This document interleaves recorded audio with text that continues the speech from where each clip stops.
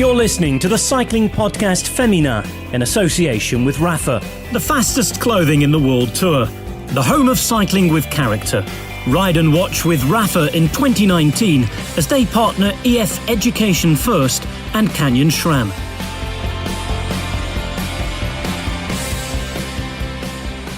Hello, my name's Richard Moore. I'm joined by Rose Manley. Hello, Richard, and happy birthday. I'm getting that in straight away. And Orla Chennaoui. Hello, Richard, and happy birthday as well, I guess. Thank you very much. Overwhelming. No, happy birthday. Overwhelming. Well, I'm just not sure if you want to celebrate it at your advancing age, do you? What age are you now? Not really. 50. You say not really, but then you complained just a minute ago that we hadn't celebrated it enough. Didn't complain, just observed that it hadn't been acknowledged. That's different. Once you've done 50 celebrations, then... yeah, I guess you're lucky, you're glad to be alive. So well done on being alive, Richard. Happy Alive Day, Richard. Happy still here, Richard. Well, I am still here, and you're lucky. Anyway, welcome to the May episode of the Cycling Podcast Féminin, and it does seem like a long time since we last all met, which was in Oudenaarde at the Tour of Flanders. Luckily, there's been a lot of racing since then, and we are going to be getting together a little bit more regularly in the near future, because the Women's Tour is next month, of course. We're delighted that for the second year we're going to be providing daily coverage from the Women's Tour. Yes. And perhaps an extra episode beforehand as well. So we're really looking forward to that, and it should be a cracker. I'm just back from the Tour de Yorkshire, but we've got the Ardennes Classics still drying out. But yeah, we've got that and the Ardennes races and the Amstel Gold Race, of course, to talk about. And I'm sure you've got all that covered, Orla, in your news roundup. But before we hear that, I should just say that in this episode we've got interviews with Lizzie Deignan, we've got Demi Vollering, we've got Roxane Knetemann, both from Park Hotel, a team that's been riding extremely well. We're going to hear from Bob Varney from Drops, a team that's kind of back from the dead. Those two teams kind of worthy of discussion, we felt. And what else have we got? We're going to hear from Kasia Niewiadoma and somebody else. Who else have we got an interview with? Come on. Annika Langvad. Of course. Yes. Yes. And somebody's paying attention. Lionel was at Flèche Wallonne and he came back with a couple of interviews from there. So, what's been happening, Orla? Okay, so since last we met, we'll start off with the Healthy Aging Tour. Lisa Klein won the GC over three-time winner Ellen van Dijk and Kirsten Wild in third. Brabantse Pil then was a win for Sophie de Voist of Park Hotel Valkenburg. She took her first professional one-day win at the age of 32. She won a stage last year at a 2.2 category race, but that's the second win of the season for Park Hotel Valkenburg. They've had another two since then, matching already their best ever season, which was last year when all four victories were won by, have a guess? Last year? Just to see if you're paying attention. I don't know who was... I'll do like I do with my daughter. Look. That's me giving you the first letter. Anyway, Lorena Wiebes won all four of their wins last year. And this is the first time since September 2017 they've had a winner who's not Lorena Wiebes. On to Amstel Gold, an absolute thriller of a race. Brilliantly attacking finish on the finishing circuits, which I covered three times. Lizzie Deignan was one of those to give it a push in her first race back after having her daughter. Her teammate, Elisa Longoborghini, then took over when Lizzie was caught. She was joined by Ashley Millman-Passio and Amanda Spratt, but they were brought back before the final descent of the Valkenburg, which comes before the last climb of the Kouberg, and that was where the fuse was lit. Kasia Niewiadoma had counter-attacked on that climb before Annemiek van Vleuten took up the chase, and I'm sure you watched it, I know you did. Beautiful game of cat and mouse between those two. Vleuten, the wily feline, doing what she does best, getting her head down, riding out of her skin. Niewiadoma, though, didn't look back once, and a lot of the commentary said that was probably key to her getting to the line first. If she had, she may well have been caught. As it was, it still looked like she was going to be caught, actually, but the finish line came just on time. One of those thrilling, shout at your TV moments. Absolutely wonderful. Now, the men's race later in the day, obviously, took a lot of the headlines because of the wormhole that Mathieu van der Poel managed to find. But the women's finale, I thought as a whole, was actually more exciting because in the men's race, we didn't actually realise it was exciting until the last couple of 100 metres. But anyway, it was a brilliant day of racing all round. Kasia Niewiadoma with her 10th win of her pro career, Annemiek van Vleuten in second and Marianne Vos in third. Flèche Wallonne then, unfortunately, we couldn't watch this race. Anna van der Breggen won her 5th Flèche Wallonne in a row, unequalled in men's or women's cycling, with Annemiek van Vleuten in second and Annika Langvad in third. Liège-Bastogne-Liège, which in the women's race is actually just Bastogne-Liège. After 2 second places, Annemiek van Vleuten finished her Ardennes Classics with a solo win. Her second race win this season, her first time winning this race. She attacked on the Côte de la Redoute with 32 kilometres to go and finished 2 minutes ahead of the chasing pack. Floortje Mackay finished between the pack and Van Vleuten for second, and Demi Vollering won the sprint of the bunch of about 15 for third place, making it an all-Dutch podium. All Dutch? Hang on, I heard a Scottish name there. All Dutch with a bit of a kilt. On to the wet, windy, frankly brutal looking Tour de Yorkshire. We are going to be chatting about this, so we'll just run through the results. GC was Marianne Vos of CCC, Mavi Garcia of Movistar in second, which equals her top result of her career at the age of 35, and Soria Paladin of Ali Cipollini in third.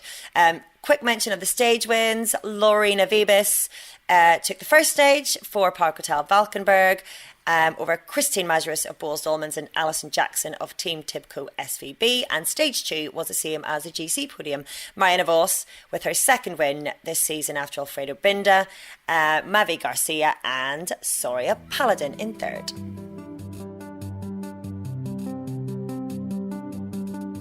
The fastest clothing in the world tour. The home of cycling with character. Ride and watch with Rafa in 2019 as they partner EF Education First and Canyon SRAM. I think our Rafa bib shorts are one of the most important items of clothing we get. It's the main point of contact with the bike, and you spend hours and hours riding your bike, so you need to be comfortable and have the support that you get from them. Hi, I'm Alice Barnes and I race for Canyon SRAM Racing. I think the Rafa bib shorts are the best in the world.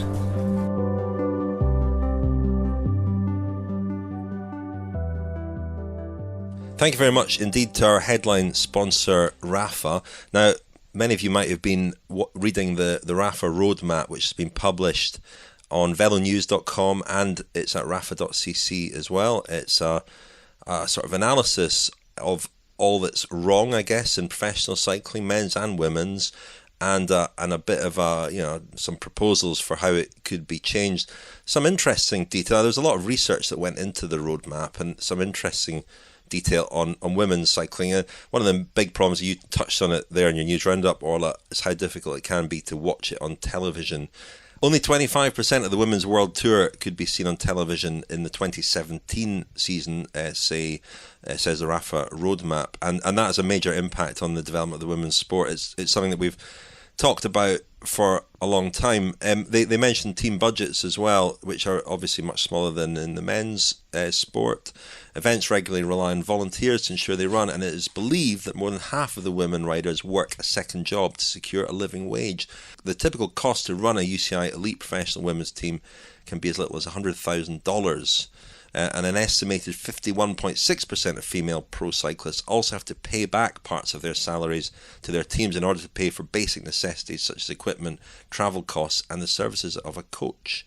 So there's quite a lot of detail in there about some of the problems with women's cycling and even at the highest level, how frankly amateur it can be. We're aware of that, but it's worth reading. And let us know your thoughts if you read the Rafa roadmap and have any thoughts specific to women's cycling. Email us, contact@thecyclingpodcast.com.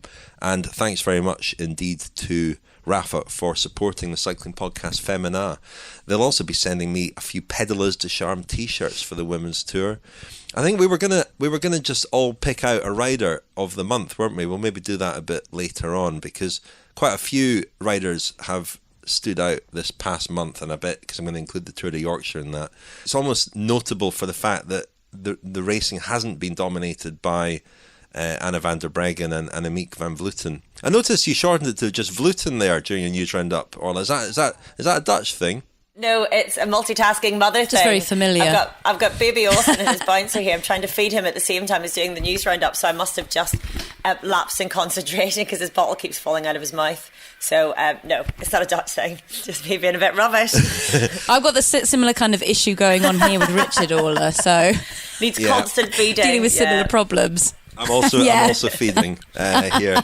Anyway, lots of racing that you covered there, Orla, in your news roundup. And before we discuss the racing ourselves, let's just hear a couple of interviews. Lionel Birnie was at Flèche Wallonne, and at the summit of the Moor de Huy, he spoke to a couple of riders who featured well in that race. Kasia Niewiadoma was sixth. Very good set of results for her from that week. She was sixth in Liège-Bastogne-Liège and obviously had won the Amstel Gold Race. She was sixth there. And Annika Langvad, who's been one of the revelations of the spring, really rode extremely well back at Strade Bianche as well. She was third at Flèche Wallonne. So let's hear first from Niewiadoma and then from Langvad. Personally, I'm a little bit disappointed because I started way too early, 250 meters to go. It's way too far to the finish line, and I feel like I kind of exploded myself over there, and yeah.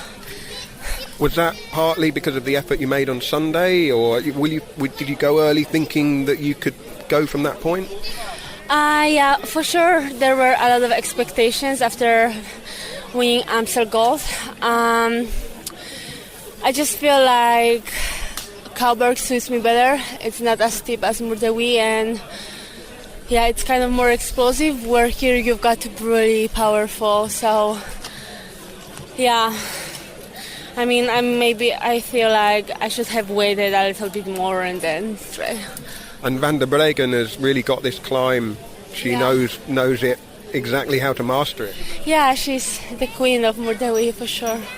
I know I'm strong coming from the mountain bike. I have some good fitness, but road racing is just a different world. It's so much more tactical. It's so much about positioning. It's a lot about knowing your competitors.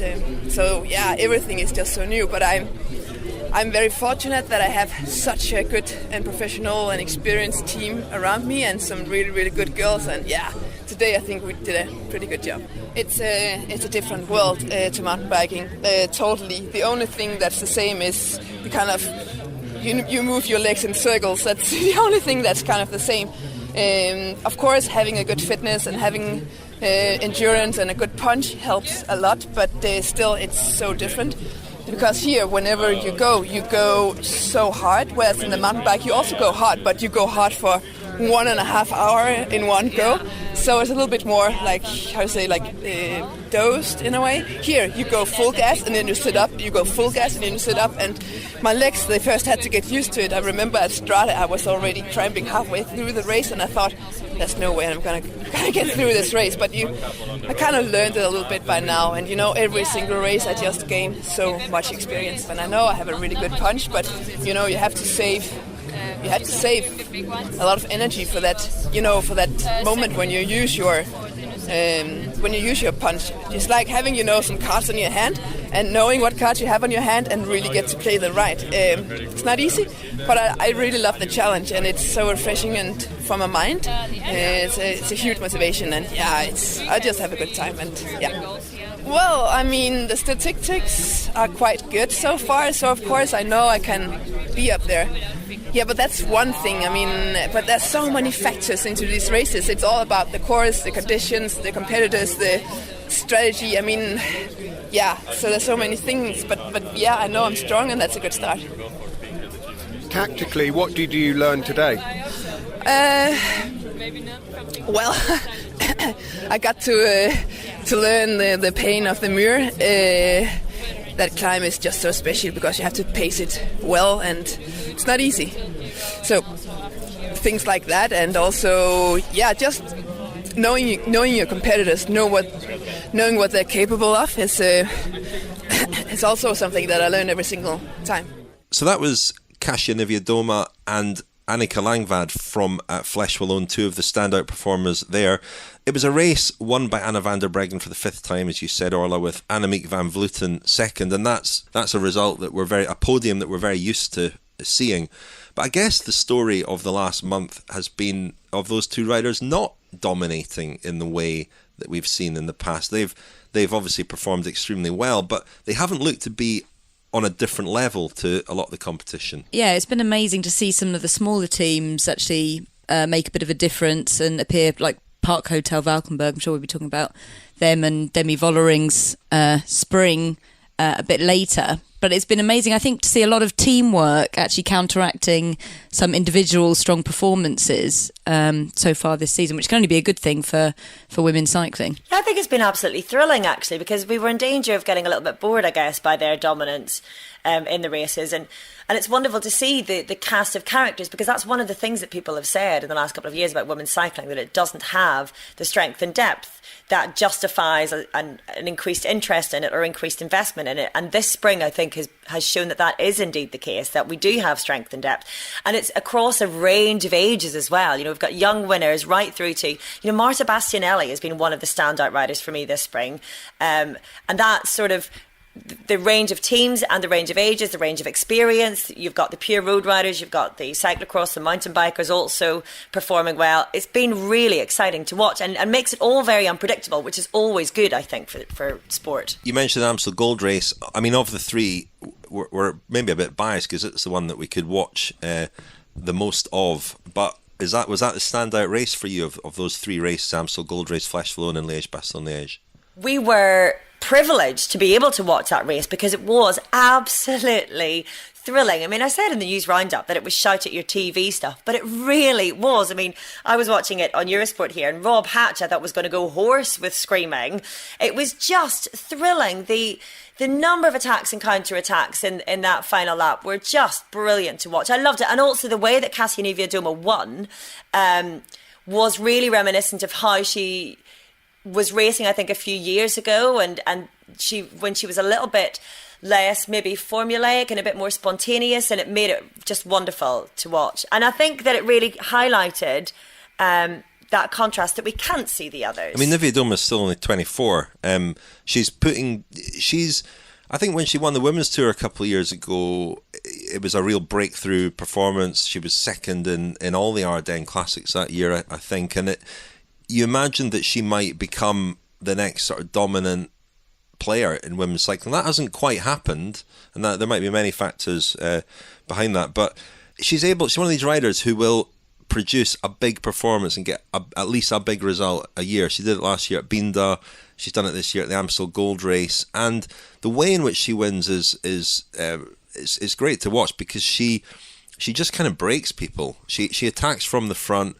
Marina Vos at the Amstel Gold Race looked in a very determined mood, but she was broken by Niewiadoma and even Van Vleuten. And I mentioned, Van Vleuten isn't as dominant as we've perhaps seen her, but you look at her string of results: 4th at Het Nieuwsblad, 1st at Strade Bianche, 2nd at the Tour of Flanders, 2nd at the Amstel Gold Race, 2nd at Flèche Wallonne, 1st at Liège-Bastogne-Liège. It's not bad, is it? Yeah.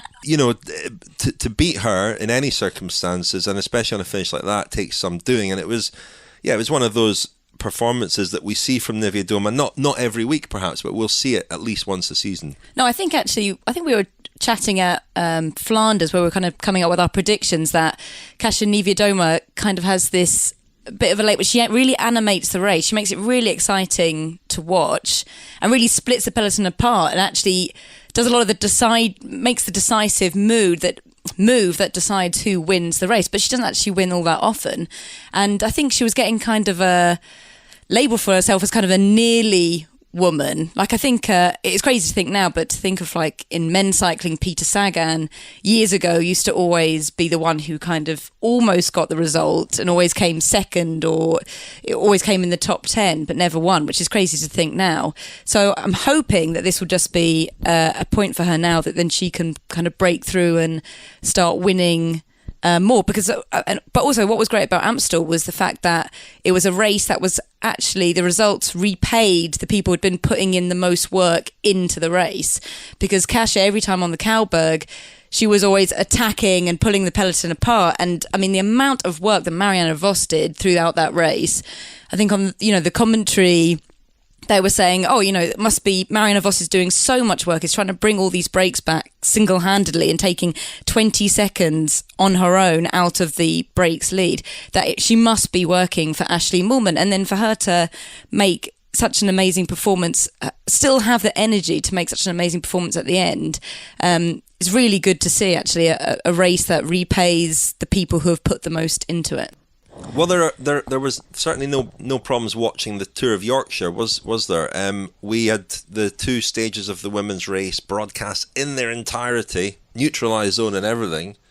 Yeah, it was crazy. And they were on the same length as the men's stages. So, and on stage 2 into a block headwind. So it was a test of endurance just to watch it. Never mind ride it.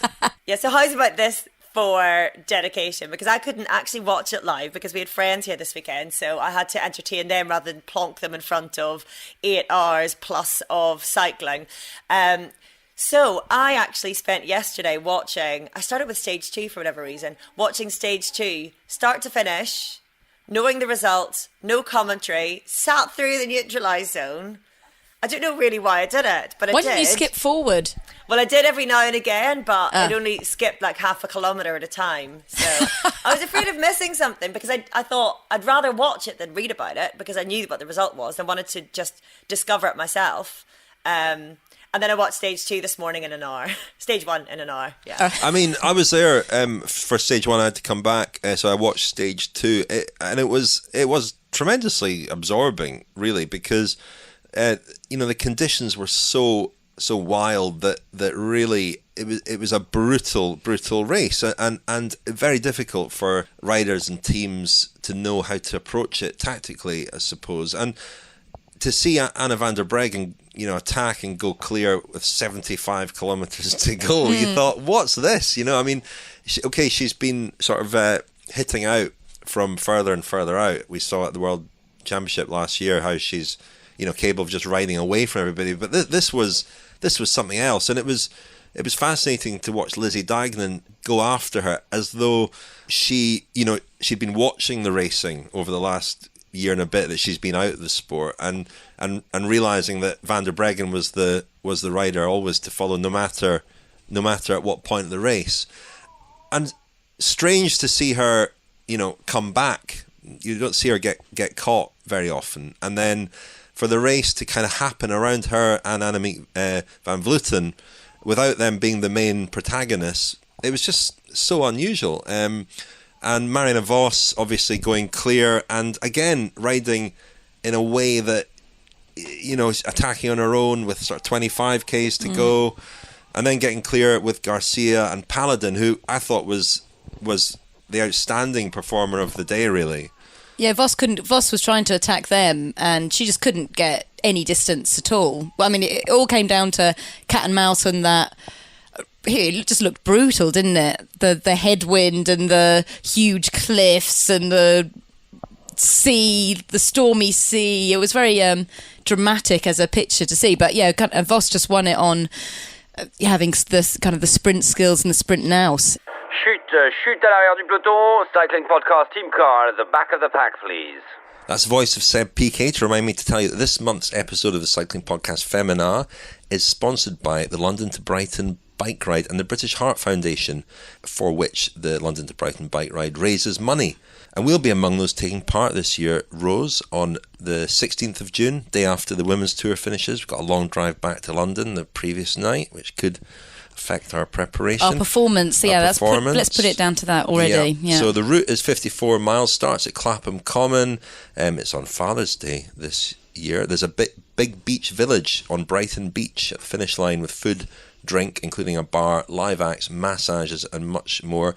It's the oldest and best charity bike ride in Europe, 44 years old this year, and anyone 14 years or over can take part. Under 16s must be accompanied by an adult.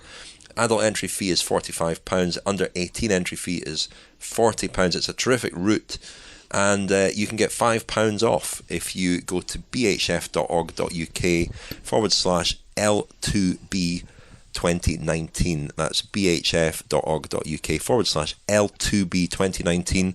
Enter the code Brighton5 for £5 off. We are taking part, Rose, and you suggested a moment or two ago that the route goes almost past your front door and my front door, because we live around the corner from each other. Yeah, I know. So I'm kind of thinking that we could. Does that count? It still is London, isn't it? Tooting is still technically, yeah, is still London. So it's still London to Brighton, isn't it? But we could just join the others on the route. Just, I don't think anyone would notice. I don't think anyone would notice. There's a big gang of us, Lionel Burney and a whole team of our producers. I think we've got at least 10 people. I think Simon Gill, a photographer. That's the problem. If Simon Gill is snapping away at the start, then we will get that could we will be get the caught. fly in the ointment of this plan. Yeah. But we're really looking forward to it. As I say, it'll come after 6 days on the road with the women's tour, and it'd be nice to get out on the bike and do a ride that Lionel's done. I've never done it before, but I've heard a lot about it, and I don't know how we get back from Brighton, but we'll cross that bridge when we come. No, but if there is, drinking and massages on the beach at the end there, do we need to come back? Well, I'm not sure that goes on forever, but anyway. I'd say £5 off if you'd like to enter the London to Brighton bike ride on the 16th of June. Go to bhf.org.uk/L2B2019. Enter the code Brighton5 or sponsor us, the Cycling Podcast team, justgiving.com, the cycling podcast, and you could donate. All proceeds, of course, go to the British Heart Foundation. Well, we're going to hear in a moment from Lizzie Deignan, who I spoke to in Yorkshire on the eve of the race, just a few weeks into her return after giving birth, and she'd been sort of steadily improving. So we'll hear her thoughts on where she was at and her impressions of how the sport had changed in the year or so that she's been out of it. Before we do, congratulations, Orla, on your new role. Thank you very much. Eurosport. Are we losing you? No, you're not losing me. Sorry, I'm going nowhere. I've moved to Amsterdam and you still can't shake me off. I don't think changing channels is going to make any difference. You're going to be presenting Eurosport's coverage from the Giro, the Tour and the Vuelta this year. So that's correct. Yeah, very exciting. So La Course and as La well. Course. Excellent. Good fun, yeah. Excellent. And congratulations to us as well for being shortlisted for the British Podcast Awards. The Cycling Podcast Féminin has been shortlisted, and the finals are on May the 18th in London. So we'll go along to that. Orla, sadly you can't make it, Rose. No, I've got a friend's wedding, which is annoying. No, I know, and if they ever get divorced, I'll really hold it against them, because it would just be such a waste of time. Just a little warning: you guys have to stay together. A lot riding on it. Yeah. No, but we're really pleased because the Cycling Podcast was shortlisted last year and was third in the final awards, a bronze medal for the Cycling Podcast last year. But yeah, we're delighted to be there among some really great podcasts. It's a fantastic event, a great initiative to start British Podcast Awards a couple of years ago, and it should be a fun evening, and we're looking forward to meeting some fellow podcasters, and it's great recognition just to be there for the Cycling Podcast Féminin as we enter our 4th year. Anyway, I mentioned that I spoke to Lizzie Deignan at the Tour of Yorkshire, and she was sort of reflecting on her progress so far. She returned at the Amstel Gold Race, was getting steadily better, at least that's what it looked like if you study the results over the 3 races before the Tour de Yorkshire. I prefer Tour of Yorkshire, but I know. I slip sometimes into Tour de Yorkshire. I just up Yorkshire. Yorkshire. Yeah, Tour of Yorkshire. Anyway, here's Lizzie Deignan in Yorkshire. Well, Lizzie, you're well back into racing then, well back into the rhythm of it. I mean, looking at your performances and your results over the 3 kind of races, you could see the improvement from the outside. That's what it looked like. Is that what it felt like as well? Yeah, miles better in Liège than I was in Amstel. Amstel was horrendous. That first race back, just following the accelerations was just so difficult because I'd not done that in over a year and a half. I'd not done any kind of acceleration repeatedly, so race rhythm I knew would come back quickly, but it already felt way better in Liège. And how did it feel just to be on the start line in Amstel? I mean, what were the did it feel very familiar, or was there a sort of nervousness, fear, excitement? What did you feel? It was weird, yeah. I felt nervous, which was really nice actually, because I'd gotten to a point where I wasn't nervous anymore, but I think it meant that I really cared about it, which was good. And I was nervous about being back in the peloton and, you know, navigating the bunch and stuff, but actually it came back within like 100 metres of the race, so that was good. You've obviously had a baby, and that's a huge life-changing event, but you've also missed a season of racing. Did anything feel different? Did it feel like you were back among the same group of people, or was there a change? Anything felt new about it? No, it was harder. The pelotons moved on, which is a good thing. It made I knew already that I'd have to be better than I was to be at the best, again. But like the power I was doing in those races would have won me races 3 years ago. So the pelotons moved on. So you'll know exactly how's your level now compared to what it was when you were at your peak? I'm not quite there yet. Like the intensity is not quite there yet, but I'm still kind of 7 months after giving birth, and you need about 9 months anyway, just for kind of hormonal changes and stuff to balance out, and I can't really speed that process up. So I'm pleased with where I'm at for where I am, sort of thing.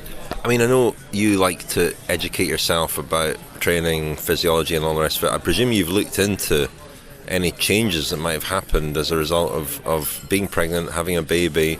What have you learned about any changes that might be temporary or even permanent? I had to learn quite a lot by myself. It was quite daunting actually. I wish there was more information out there, but obviously that'll come with time. Just think simple things like when I was breastfeeding, I only stopped breastfeeding about 3 weeks before I went to the Ardennes race. So that meant I'm still producing a hormone called relaxin, which means that my ligaments are still soft, so that in terms of my pelvic stability, it's not strong yet. So I'm still, when I'm sprinting, I'm obviously losing power through my pelvis at the moment. So that'll take a few more weeks to kind of firm up and get the strength back. And then in terms of like my stomach muscles, my core stability, I'm not there yet either. I'm not as strong as I was. I definitely wanted to avoid something called abdominis recti, which is where your abdominal wall splits during pregnancy, and if your muscles are too strong, then your chances of that happening are increased. So I literally did no stomach exercises as well. So I get things like a sore back in racing. When your legs are tired and you've got no core stability left, your back comes into play, and that's been quite sore. So, I realise that needs to be a priority again. There's been loads of things, just lack of sleep as well, that takes its toll. And now all is sleeping through the night, but I still feel the kind of cumulative effect of that first 3 months of lack of sleep. I still haven't caught that up yet. I don't know if I ever will. I mean, that's the physical side of it. What about the psychological, emotional side of it? How did you find that initially getting back into training and now racing and being away from home? Being away from home's always been hard anyway. Obviously, like Phil, when he was racing, I missed him a lot, and but it is something different with Orla because there's this protective instinct, and it feels very kind of strange that I'm not able to just be around her and protect her. But that's where you have to use the things that you've learnt as an athlete, thinking logically, stepping outside of that and thinking, well, she's with her grandparents this weekend, she's perfectly safe, she's very happy, and you just have to think logic over emotion. And I don't remember being 7 months old and my mum and dad going away for the week, so it's harder on me than it is on her. Phil is working this weekend as well. Is this the first time Orla's not been with either of you? It is, yeah. She's most of the time been with Philip while I've been away, so it's the first kind of time without both of us, yeah. I mean, a big adjustment for him as well, retiring, becoming a father, both traumatic events and having them both at the same time. It's an interesting time, I guess, for both of you. Yeah, I feel incredibly lucky that Phil is just such a kind of grounded person. I think retiring from professional cycling is a hard thing to do. You step out of the limelight, you step out of a team that's always there to support you and the camaraderie, and you kind of left with, you know, a kind of gap in your life that he's had that for the last 20 years. So he's doing incredibly well, and he's a better father than I could have ever imagined. So yeah, I feel very lucky. Has it also given you, because I think every pro rider when they retire, has to come to terms with that, and it can be difficult. And has it given you a kind of renewed enthusiasm in a way that you want to prolong your career as long as you can, and to delay that as long as possible? Yeah, you can get trapped into this cycle of just thinking about how hard it is, and actually seeing Phil and seeing that he misses it, and seeing the lifestyle that we have as professional athletes, seeing what he's gone through has made me realise just how lucky I am, really, and to make the most of it, because once it's gone you never get it back. And it's definitely given me a different perspective. You mentioned that the level's gone up. I mean, you haven't been out of the sport that long, but it does seem like a lot has changed, and that, certainly in the last couple of years, Annemiek van Vleuten and Anna van der Breggen have been the two real dominant forces, and they've been not only winning races but approaching the sport in a slightly different way. It seems Van Vleuten especially spending a lot of time at altitude. Can you see that is the direction which the women's sport is going, and is that something that you kind of welcome, or does it make you a little bit apprehensive? No, it's great. If more riders have the opportunity to be as professional as possible, then that's only a good thing. I think as long as the peloton keeps getting stronger, then the sport will grow alongside it, yeah. Is that something you've seen Phil obviously as well spend time at altitude, and the way that Team Sky have done that, is that something have you tried that? Does it work for you? Is it something you'd like to do? Yeah, and I did it last year and I reacted really well to it, and yeah, we're going this year as well. So it's often about finding time in your program, as well as the financial side of it and the flexibility from your team. You need a block of 3 weeks, and not every team allows their riders to go off and do that. So we've got a couple of stints booked. Yeah. And mentioning those two Dutch riders in particular, but the level overall, that there are more competitive teams as well. How confident are you that your best will be good enough to be winning as you were a couple of years ago? I'm optimistic. I know what I've put into returning at this level, and I know that there's still quite a few things that I can improve on and steps that I can take. So yeah, I'm optimistic. I mean, I came back into the peloton and I didn't expect to win, but I was pleasantly surprised with where I still was, yeah. But here in Yorkshire, looking forward to seeing the World Championship circuit. Yeah, absolutely, yeah. I think it's going to be a great race the next couple of days. And yeah, the World Circuit, just racing it will be important, really, because you can ride it, but there's one-way roads and all the rest of it. So finally, you're in a new team as well, and there are a few teams now on a high level in the women's peloton. How are you settling into that team? How have you enjoyed watching from afar how they've been bedding in? I really like it, yeah. I think the main reasons I like it is because of the mixture of nationalities on the team, and the directors, Georgia and Ina, are doing a great job. They both bring something very different. They've both got different styles, but they've both been there and done it at the very top of the sport. And I think we're all, I still want to learn. I've been doing this a long time, but I'm always keen to learn, and I think that I will from them as directors, so that's exciting.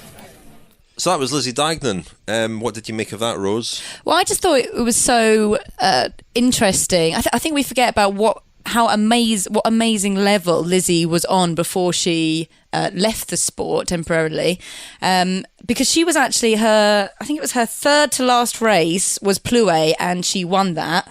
And in that year, she was at the Ardennes. She came second on every Ardennes. Oh, and Amstel, for your benefit, Richard. We're talking about the three I would talk about the 3 Ardennes races, but yeah, including Amstel. She came second at all of those. I mean, the level that she was on was absolutely incredible. So it'll be so interesting to see how she gets on now, especially when, in the point that you made, Richard, in the interview, that the women's peloton seems to have kind of moved on even from that point. Because 2017, the last time that Lizzie was racing was the year that Annemiek van Vleuten did that amazing performance on the Izoard during La Course and won that. And Lizzie came second there, I should also mention.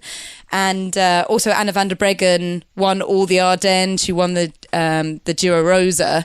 And that was kind of, I think, the turning point at which the women's peloton was kind of moving on in terms of how they approach the races. And like you say, Annemiek going to altitude and things like that, and I think it's going to be interesting to see how Lizzie fits back into that. Yeah, you got the sense as well that she was sort of playing the teammate a lot that year to Anna van der Breggen in the Ardennes, and then Megan Garnier at La Course, who ended up not really being able to deliver there. I said earlier that Niewiadoma was second in all those Ardennes races, didn't I? She was actually third.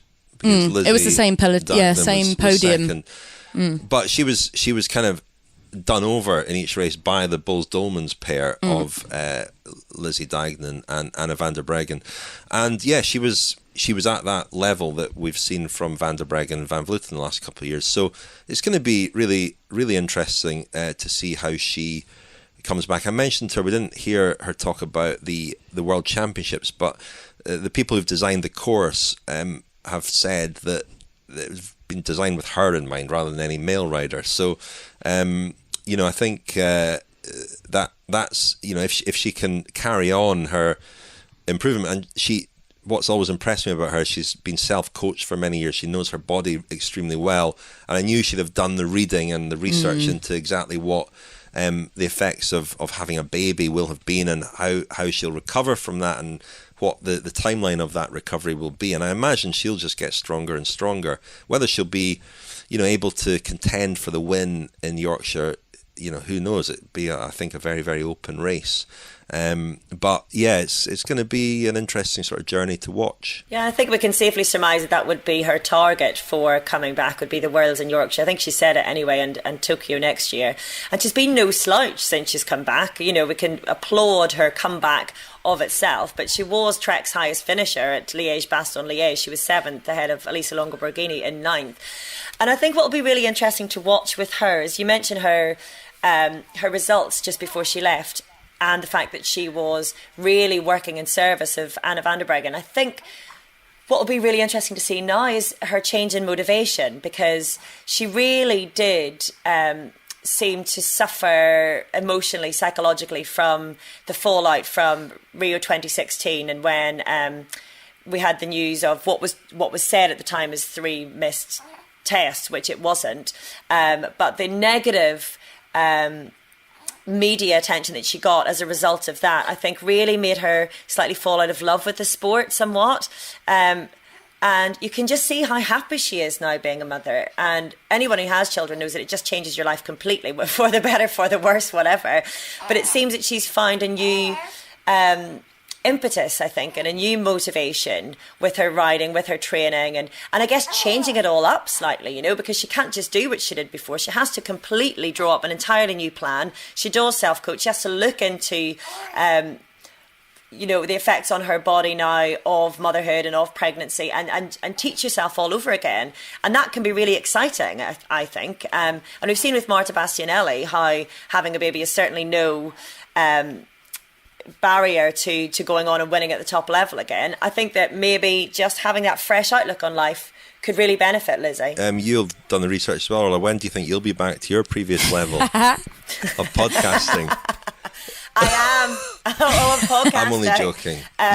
Well, the bar's pretty low, so shouldn't be too much longer. You did miss a beat with your podcasting. It remained at a very, very high level. News roundups as high level as ever. Well, I was there at least. I was there. I thought that was important. I mean, you mentioned her team, Trek Segafredo, a new team. A lot of expectation around that team. Got a very, very strong lineup. But they've won a couple of races? But have they had quite a sort of underwhelming start to the year. Especially if you look at the results over the Amstel Gold, Liège-Bastogne-Liège and Flèche Wallonne. Yeah, I thought though, that they've got to be disappointed with their Ardennes season, because their top results were 12th in Amstel, 20th in Flèche Wallonne and 7th, as you mentioned, Orla, in Liège-Bastogne-Liège.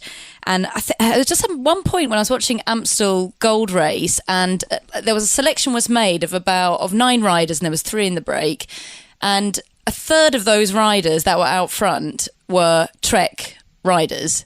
And then by the next lap round on Amstel Gold Race, they were all gone. They were nowhere to be seen. And I think if you've got all that power in numbers, all that depth in the team, you've got several champions on that in that squad, like Elisa Longo-Borghini was there and Lizzie Deignan.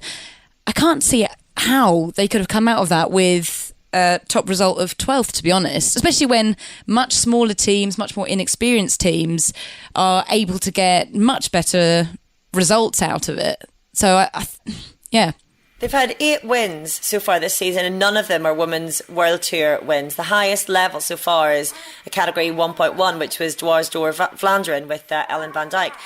And if you look at the likes of Park Hotel Valkenburg, they've had 3 1.1 category wins, so they haven't had as many wins overall. But that's not a good early season for a team of the stature and budget and media hype of Trek by any means, I wouldn't think. The Cycling Podcast Féminin is supported by Science in Sport. Science in Sport, fueled by science. Thank you very much indeed to Science in Sport for their support of the Cycling Podcast Féminin. You can still get 25% off all your Science in Sport products with the code... Oh, sorry, SISCP25. Well done, Rose, brilliant. SISCP25 at scienceinsport.com. Now we've got another question answered by a Canyon SRAM rider this month, Lisa Klein, the winner of the Healthy Aging Tour last month. And the question comes from Adele Mitchell. What's the best way to fuel during a long ride over several hours? Gels or real food? And how often do you eat during an event? Over to Lisa Klein. So for me, is I can digest the products of SIS pretty well. Before I struggled also to eat bars, and now I'm getting better to eat also bars and self-made food, but I also can handle the gels really well. So it depends on the temperature, which kind of gel I prefer actually, but we have a lot of flavors, so I find my way and I feel really comfortable with it. Well, Trek Segafredo may be having a slightly frustrating start to the season, but what's been notable this year has been the performance of I suppose previously unheralded teams. WNT have had a very good start to the year, albeit with a couple of quite big stars. Lisa Brenner and Kirsten Wild are there now, but Park Hotel Valkenburg has been with a very sort of young Dutch lineup predominantly. They've been pretty sensational. Demi Vollering was a great performer in the Ardennes week. She went from 7th at the Amstel Gold Race to 5th at Flèche Wallonne and then 3rd at Liège-Bastogne-Liège, a really outstanding result. Well, I spoke to Demi Vollering at the Tour of Yorkshire and wanted to find out who she was, where she'd come from and what her thoughts were about the team and whether she's as committed to that team as Lorena Wiebes, who we heard from in last month's episode, who is under contract with that team for the next year or so. So they're obviously committed to the young Dutch riders that they have. They've also got an experienced rider on board, Roxane Knetemann, who's joined this year. She's been around many teams over the years. She rode for FDJ and spent a long time at the side of Marina Vos, her great friend. She was a stalwart of the Rabobank team. She's also the daughter of the late Jerry Knetemann, who was the 1978 World Road Race champion. And she's an interesting character. She's set to retire at the end of the year. But she's obviously been an important signing for Park Hotel Valkenburg this year, bringing a lot of experience. So I spoke to Demi Vollering. We'll hear first from her and then from Roxane Knetemann. So a tremendous win there. Talk us through what you did there to help bring back the break and set up for Lorena. Yeah, it was a hard race, but in the last kilometers we get the gap closed, and we are so happy now. It was very chaotic and I'm happy we did it. I mean, your team, full of young riders, you and Lorena have been at the forefront this year, but you're taking on some really big teams with some real star riders. What's going on with Park Hotel? What's the magic? I think it's also the good feeling in the team. We are so proud on each other and we are really, really working good with each other. So, yeah, I think that is the thing what makes the team effort. So. Roxane, you've been around many teams. You've been in a lot of the top teams. And I guess you've got a very important role in this team as an experienced rider. You're having great success. Are you enjoying being part of it? Oh, I'm really enjoying. Actually, the last 2 years were not my best years, especially because I had no fun. And all the young girls are really motivating me. And oh man, they really learned me to enjoy cycling again. And yeah, actually, I'm so happy in the team, yes. And today, Lorena's been promising a result like this. This must be her and your team's biggest win. Yeah, and last week we were third in Liège. Actually, that was already great, but winning the first stage in Yorkshire, it was the goal of the team. We have a really good spring part, and now, actually, it's really funny. We are just making a lot of fun, and then we win the race. Actually, it's how it has to be. And I mean, a couple of young Dutch stars clearly who've ridden phenomenally this year. Have you been surprised by how they've been able to compete with some of the other sort of star riders? Like Demi last week, she surprised me a lot. But actually, it's also really the team who bring the girls to this level. They put a lot of time in us, also in me. So I really figured out myself again because of the time they put in all the riders. Of course, they are talents, but also a lot of the stuff of the team. A lot of time of that. They put a time of it in us, and I think that's the most important to be great in cycling. Yeah. Are you having second thoughts about retirement then? Actually, last week I thought, but today in the rain again. Yeah, actually, I really like. The thing is, actually, I like still riding my bike, but I'm just too scared to be a professional cyclist. So every race is really a battle for me, and that, Actually, when you are scared like I am, you cannot be a professional cyclist. So I'm just realistic, and I really enjoyed my last year in this great team. And the team, you've got some of these young riders committed beyond this year. They're clearly planning to develop. Would you like to still be involved in the team? We are not speaking about that yet. I would like that. But yeah, maybe that's coming out. The manager Esra Tromp is one of my best friends, so maybe. So that was Demi Vollering, and then Roxane Knetemann, who, as she said, is really enjoying herself, and so in sort of two minds about retiring at the end of the year, but very unusually for a professional rider, admitted to being scared in the peloton and finding that quite a tough thing. I'm not sure if that's something she's just started feeling. As I said, she's been around for many years, but an interesting admission. Yeah, she even kind of mentioned she has been kind of in the wilderness for the last couple of years, and she just mentioned that she wasn't very happy in the last couple of years where she was at Ale Cipollini, and 1 year at Ale Cipollini, 1 year at FDJ. She used to be such an important figure at Rabobank.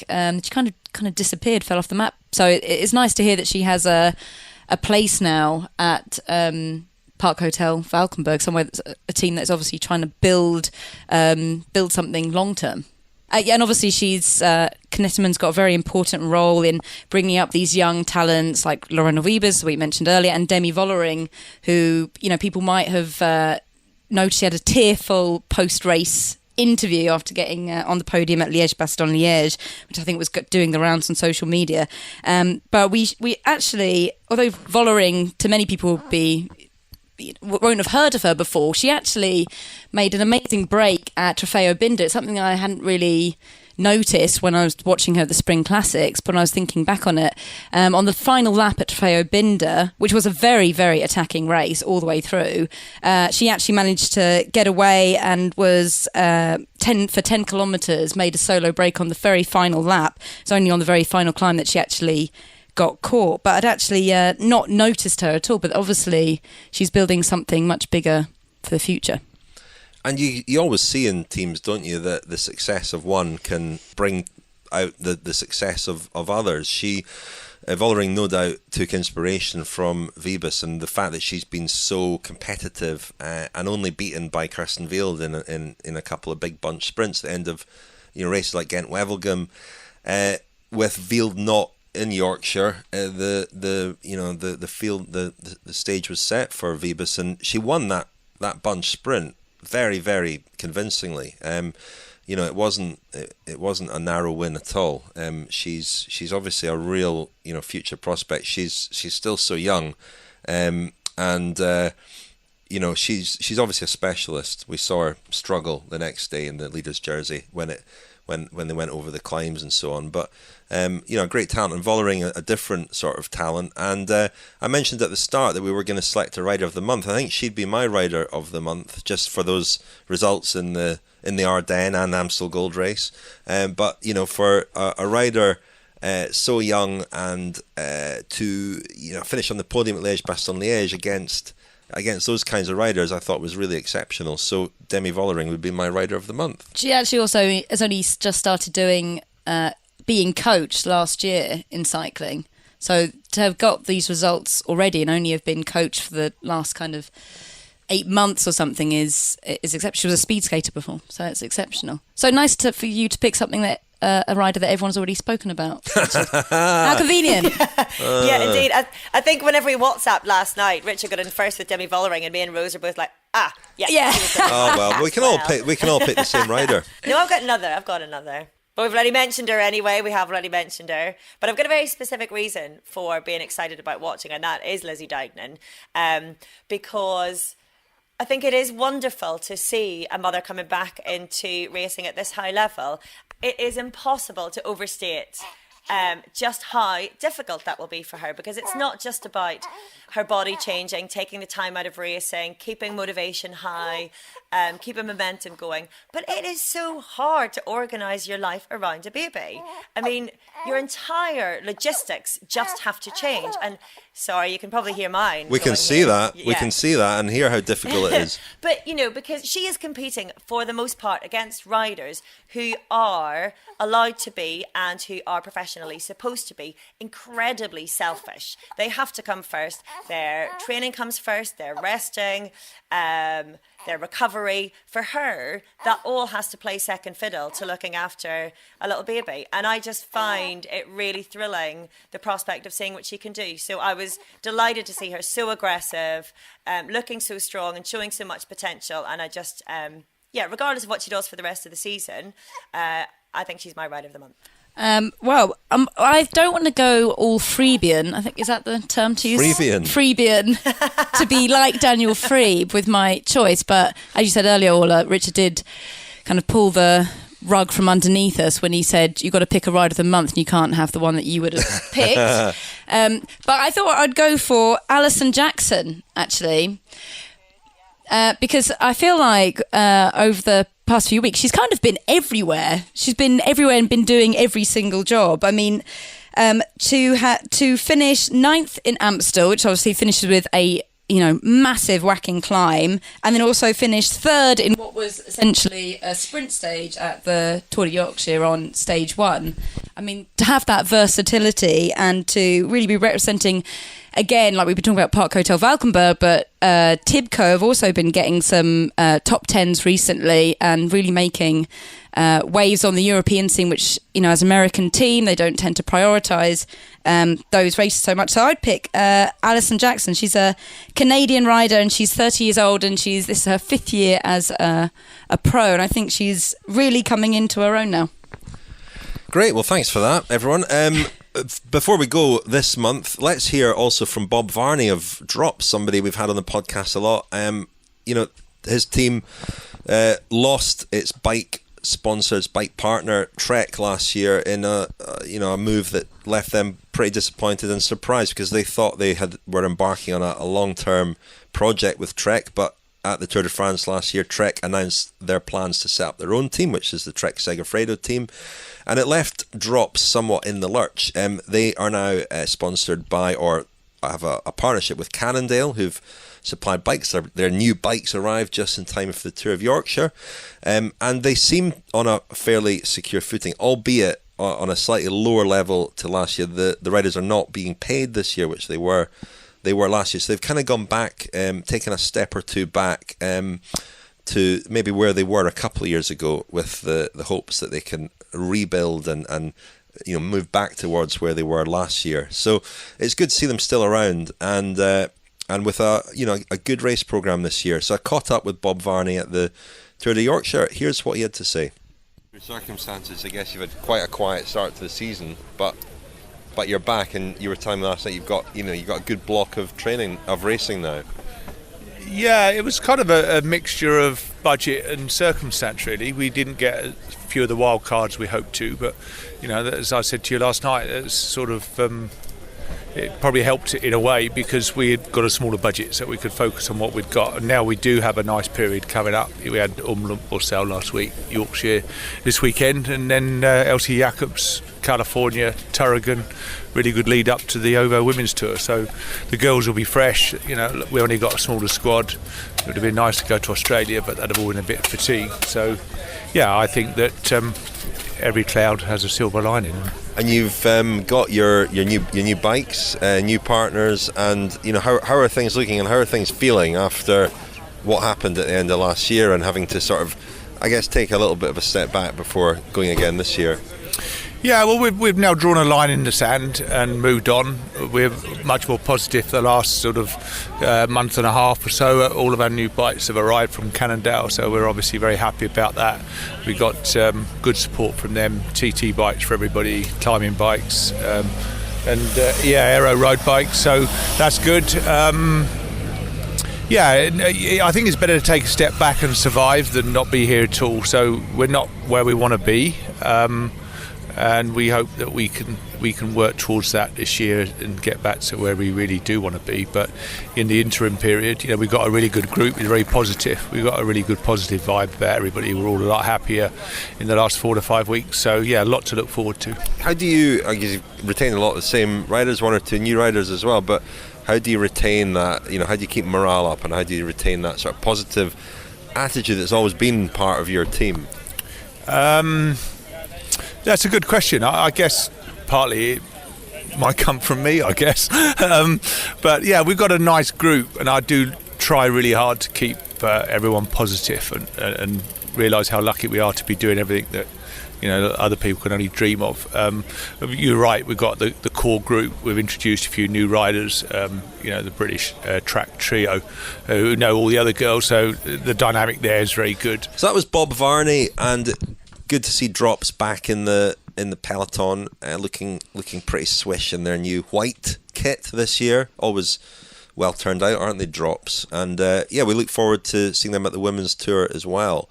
One of the most memorable days podcasting last year was your day in the Drops car, Orla. Who could forget that? Anyway, we'll no doubt be speaking more to Bob and to Drops as the year goes on. Anything else to add, ladies, before we wrap things up for this month? Well, I think we kind of have to touch on, I know Orla mentioned in the race roundup about the fact that Liège and Flèche didn't have any live coverage, full stop. And I think obviously that's something that people have rightly so been very angry about. So I think it's important for us to point that out. And also I have to say that I know that we always hold the women's tour in such a high regard, but actually they don't actually have any live coverage. They have an amazing highlights program. So I think it's a case of what is it that we really want? Because everyone is very satisfied by how the women's tour is covered, because it has this hour-long highlights program every night that is very professionally produced. Is that good enough, or does that also need to change? That's kind of what I kept coming back to. Yeah, I would like to see the women's tour covered live for sure. I think when it comes to Liège and Flèche, where it's such a low level that really any coverage would be an advantage. I think what was encouraging though was the the sheer outcry, really, about the fact that there was no coverage. I think that's a big, big step from a few years ago. A few years ago, you would have had a few messages on Twitter, maybe, a bit of virtue signalling, saying that we should show it just because it's good to say that we should be showing it. But I think it's become genuine now. There is an appetite for it. People do want to be watching it. And the worrying thing, however, just after Flèche, Marianne Vos tweeted a picture of her lying on the Moor de Huy saying, good place to have taken an afternoon nap or something. And because there was no TV coverage, for a little moment, well, for a few minutes, half an hour maybe afterwards, there were reports online that she had collapsed or fallen off her bike in some way. And actually, she'd just come off her bike, put it on the ground and lay down on the floor because she was absolutely exhausted. But we're even getting, misreporting of a race of the stature of Flèche Wallonne when we have so many journalists there for the men's race, and Marianne Vos, one of the top riders in the peloton, is able to hoodwink us all because we can't watch it. Fake news. I mean, but then the fact that we spent a lot longer talking about Amstel Gold Race is also because we were able to watch it. But they also in that race made the best case for televising women's racing. You mentioned there was a lot of excitement around the men's race, but I watched both and found the women's race more absorbing for longer. For the last hour, it was really in the balance. Lots of different riders could have won. The men's race was tremendously exciting in the final kilometre, but until then, you thought you knew roughly who was going to win. It didn't have the same sort of openness to it. So the fact that, and not every women's race is exciting, just as not every men's race is exciting. Some of them are pretty dull, but when a race like Amstel is so thrilling as it was, and I think I said in last month's podcast I expected the Amstel Gold Race to be the pick of the three races. Oh no, I said that in the television show. Oh, in the TV show. We haven't mentioned that. No, we should probably mention that. You'll find that on YouTube. If you want to see me, let off a party popper, and that was representative of Amstel Gold Race, and that was about right as well, wasn't it? Thanks very much for all the reaction to that. Keep it positive if you want to give us some feedback. Not interested at all. Don't want any of that. I don't want to be told to smile. Thanks very much. Can I tell you, listeners, he's smiling right now. I'll smile when I have something to smile about. Like the chocolate. Today's my birthday. I'm going to smile all day today. Yeah. Do you have any nice plans for later? Going out for lunch with Daniel Freeb, and Lionel Burney. To talk cycling. You're going to say you're going out to lunch with your beautiful wife and your son. No, we're doing something tomorrow with them. Daniel and Lionel get priority on my birthday. That's a birthday tradition.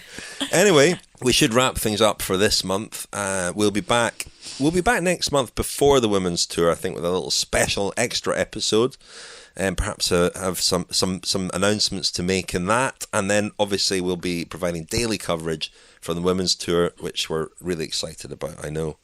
Thank you very much. In the meantime, Rose. Thanks, guys. Looking forward to seeing you on the road, I guess. And thanks, Orla. Thank you very much. Should we not be singing you happy birthday to see us out? Ready? Well, shall I do a little Dutch bit?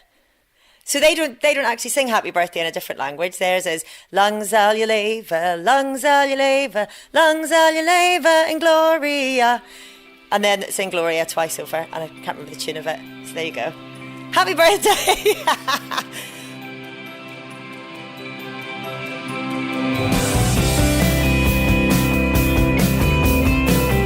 You are listening to the Cycling Podcast Féminin, supported by Rapha, celebrating the sport and producing the finest cycling clothing since 2004.